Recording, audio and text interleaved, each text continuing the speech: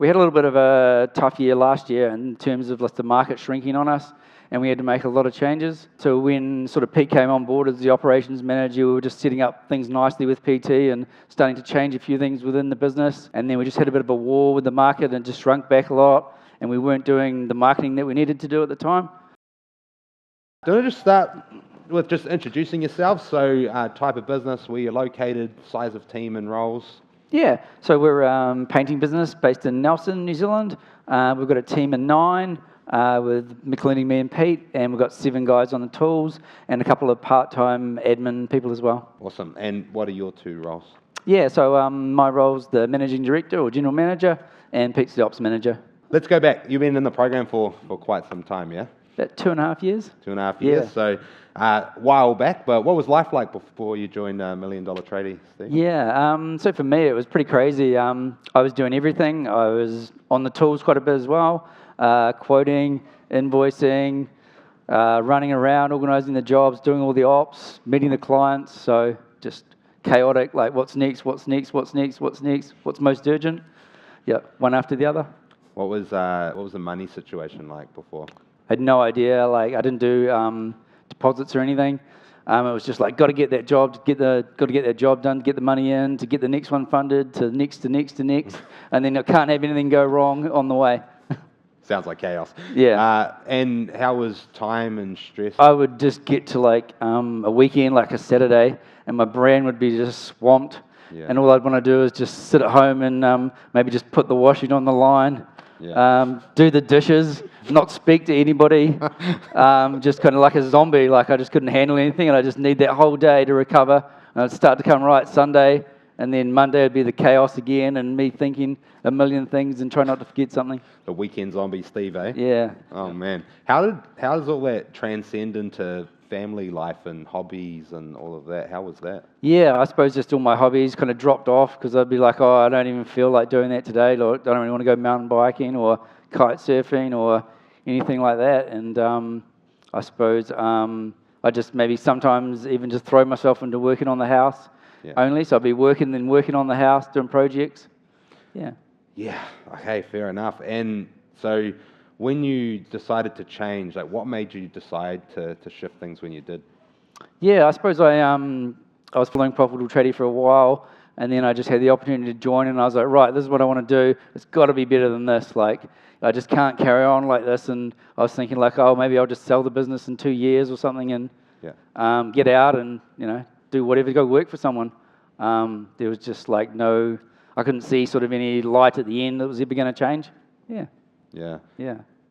Would have been a bit rough to think I just give up on this and sell it and go work for somebody else. Yeah. I mean, I'm not a quitter or anything like that. Like I'm a fighter and dig deep in that. And but I sort of had that in my mind that I was just going to carry on. Fair enough, man. Like it can be really tough without knowing the direction or the path to get where you want to get to. And so, fast forwarding, like what have been the biggest changes that you've made since you've kicked off, man? Yeah, probably like definite massive game changer was us for Pete coming on board as the ops manager and running the ops. That's just huge, like to take all that off my plate. And then he's really creative, much more creative than I ever was at it. And and then also like him just taking over, training the guys and getting the culture right. And Let's dig a bit deeper with that. If that's been a massive change for you. So you said he's more creative. Like how have things changed with the team, with profitability since getting Pete on board? Yeah, so we had a little bit of a tough year last year in terms of like the market shrinking on us, and we had to make a lot of changes. So when sort of Pete came on board as the operations manager, we were just setting up things nicely with PT and starting to change a few things within the business. And then we just had a bit of a war with the market and just shrunk back a lot, and we weren't doing the marketing that we needed to do at the time. So we went from basically a business of 6 employees, and we had 4 contractors. And then over that time, we just had to drop our contractors completely, get through that year, hunt as much work as we could, and do everything we could. Yeah, just keep it going because we knew we had everything in place. It was just making those things come to fruition and the market picking up a bit and getting some good wins. Talk us through that. Like, obviously, the market has shrunk, and lots of people are feeling that, and marketing and sales is so important at the moment.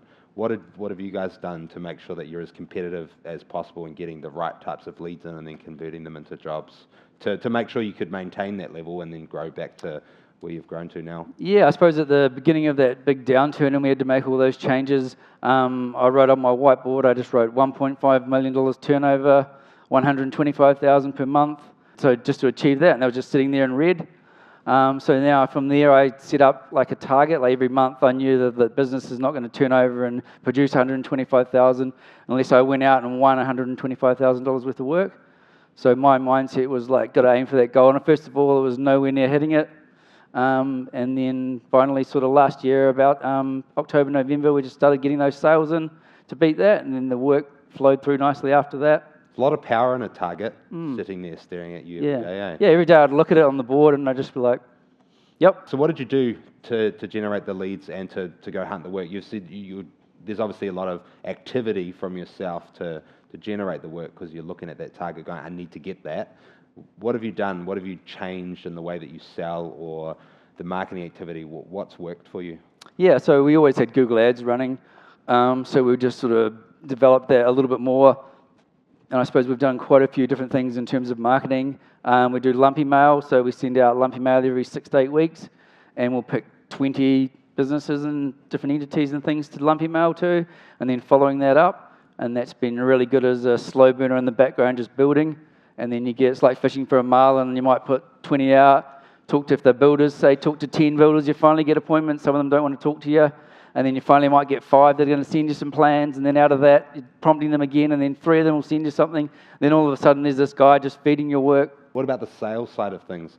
Have you done anything to shift the way that you're showing up in front of builders or homeowners or anyone to be able to get more sales across the line? I suppose now, just a follow-up, like I never used to follow up sales before. The phone would ring. I mean, you'd quote a job, and then you'd quote all these jobs, and then you'd wait till someone called up and say, hey, I'm going to accept your job. Like, awesome, got another one. And the phone was just ringing, continuously doing that anyway, and then it just stopped. So now like everything is recorded, and people will be like, okay, I can't decide this month. I'm going to call me back in 6 weeks. So I'll write that on a spreadsheet, put it into order. In 6 weeks' time, I ring them, say, hey, I'm just calling you back, follow up that quote. And it's not necessarily dead in the water then, like a lot of those come through at that time because the timing's right for them. What other key changes have you made, man? So there's quite a lot of changes we made in the operations side of thing.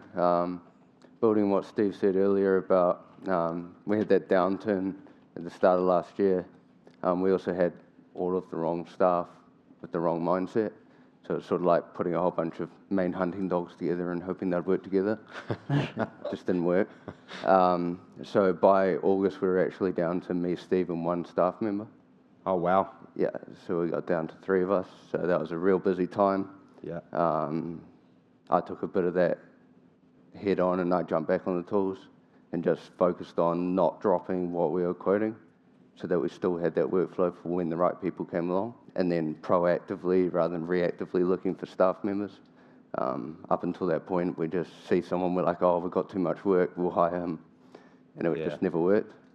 But by sort of taking our time, buying ourselves a bit of time, whether it was stressful or not, within, I think it was like 4 months later, we had 4 more staff come on, all perfect for the roles, working great, flowing through properly. Stress off me, which meant I could take more off Steve so he could keep trying to reach that target. Yeah. And then I guess the other main big thing over the last couple of years was the 20s. Like completely changed the way the company operated, everything. I have a weekly meeting with each of the staff members. I know what's going on in their personal life. I know everything about them, probably more than I want to know. At least I know, and that way, I had 1 staff member going through stuff at home, so I put him in a team so he could switch off and just turn up to work and get the support from the other staff members. Then I might have someone else that's just bought a house and absolutely ecstatic, wants to take on everything, and I'll chuck 4 or 5 jobs under him and a few guys, and that way everyone's where they want to be and performing at their best. What has doing the 20s and hiring the right people, you obviously were quite relentless about that. You got down to 3 of you guys, and then you built the team back up. You're doing the 20s, you've got better people in your team. Can you talk to everyone about what the impact has been, obviously culturally, but also how that flows into the numbers as well? Well, our productivity went up greatly. I guess the main place we're seeing the sort of reaction from that is on the top end of it. So on the marketing, on the time I have to support, go out, chase builders, all the things I never had a chance to do before because I was just following up every staff member calling me. Like, I didn't have a plan for my day last year. I'd just get in the ute, start driving. By the time I got, I don't know, 2 streets, I had a call. And that's how my day went. So you got all the control back.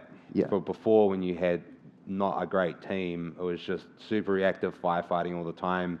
Got the right culture in, doing the 20s all the time, and they're looking after themselves. You're obviously managing it well by putting them into the right place, and they're happy.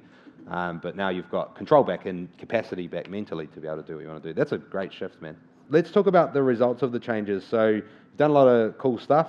What has that meant for the business, your families, hobbies? I know you've done a lot of kite surfing, which has been really cool, but yeah, talk to us about that. Yeah, I suppose now, like I sit down and like when we do the planning meeting at the start of the year, I sit down and I plan out the year and I'll block in, like I never used to do a lot of planning.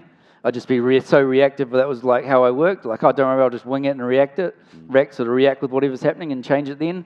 But now I'm a lot more structured in planning. I'll be like, when's the family holiday for me and Melissa to go away?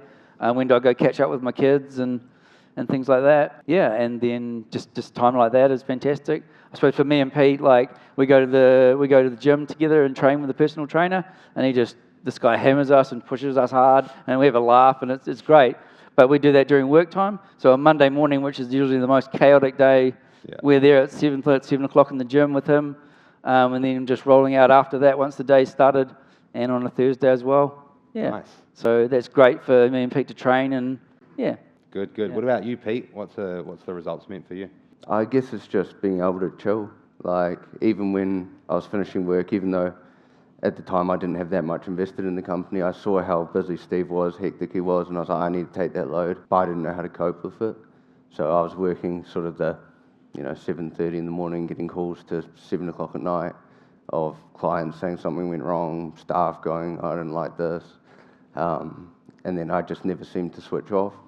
Whereas now it's sort of, we're working 8 till 4:30 and that's it. I don't get calls afterwards. Everything's sort of under control, which means I can actually enjoy whatever I want to do. Killer. Make the most of every minute afterwards. And the sales, the marketing, the right team, everybody in place. Record months as well, yeah? Yeah. So we sort of in April and May, we hit 125K, just over that. And that was at our record ever. And it was an awesome win for us to celebrate that and achieve that. Yeah. What have been the biggest mindset changes you've had to make to get the results? Probably for me, you just can't do this on your own. So I've bought, Pete's just bought into the business. We've just pretty much done the deal for that, and it's happening. So he's going to have a share of the business and be my business partner. So cool. That was quite hard to sort of think about giving up at the start. Yeah. But then I could just, after working with Pete and spending time with him, I could just see the benefit in that. The two of us now working together. And then my other mindset is probably more that I'm not juggling so much. So I've got that free time headspace in my head. Like if I'm in the middle of the day and I get through my normal work, I've got time just to sit there and think like, oh, what's something that I really want to attack, or what's something that's happened around a situation that I could develop further, to create some more work or an opportunity. For me, it would have been, I was a foreman running all the jobs. I've been painting for 15 years. Being able to actually step back and trust the staff to be able to do it, it's so much simpler to go, oh, we've got this extra job, they're not going to be able to do it, I'll just do it. Because every time I did that, it cost somewhere. Whether it was I didn't get to do the 20s, and if I left that for a week, guaranteed by that second week, there was some sort of problem somewhere. So just being able to go, okay, sweet, well, I'll have to reorganize everything, reallocate everything, ask someone to push a bit harder, and they're actually happy to. And I haven't had to get back on the tools. Everyone's handled it themselves. Yeah, you really got that culture in the right spot, eh? Yeah. Nice one. Yeah. Cool. Guys, opportunity to ask Steve and Pete questions. Okay, hiring an ops manager is quite a big moment in a lot of business people's lives, and we have an ops manager, but I just know that there is a big barrier for a lot of people, and a lot of people have failed miserably at hiring ops managers. So can you tell us how you were able to set Pete up for success with that role? Probably just really following the PT systems, and then just we wanted to really create some structure, and then also have him just working with the team directly, just to bring those guys up and create the right culture and the right drive. I saw once first Pete came to work for me, I could see that he was like an amazing person. He just had that drive, so I just knew that he was going to be that person to take that to the next level. Because he's got an amazing drive and he wants to achieve, and do better for his family. So, it was great that I was in PT and following the system and learning PT, because I just think the overhead, and that's all you think about. We're only just getting by at this stage. How are we going to add an overhead and pay an ops manager? But that's not the way you should think at all. So I suppose that was the key thing. I just got to I knew that I just couldn't. If the business got bigger and say got half as big again, how was I going to handle that capacity beyond that again? It was just impossible. So I knew that if I got to that level, I'd start dropping things would fall off, and it would just dive back down again. So, there was sort of no question that we had to have the ops manager role. Just got a question for Pete around your 20s. So if you've got a staff member that's quite just recurring problems the whole time, does it get to a point where the 20s are quite confrontational, or how do you address them if it's a pretty hard situation you're dealing with? I had to juggle with it when I started them. I got sort of the first month was, everything's fine, very short, blunt sort of things. Then it sort of spiked the other way for the second month, where I was their whole life's problems, and I was meant to solve everything. I guess it was just sort of reoccurrence with it and slowly building that trust with them and stuff like that. They sort of naturally learnt those boundaries and things like that. If it was ever a personal problem that was too big for me to handle, I'd be like, okay, well, how can the company assist you? What can we do to help you? Are you alone at home? Let's have extra work functions. Make you a part of something. Or if you got too much at home, do you want to work by yourself for a while? Have that time out, have that peace and quiet. So I guess it was just really trying to understand each different person, and I struggle with that because I don't get people. But just you slowly learn more and more about how they want to be taught to, what they respond to. Some people want you to just turn up and be like, hey man, just pull your head in, this is what you got to do. And other people want you to talk them through it, explain what's going to happen next, create a goal long term for them.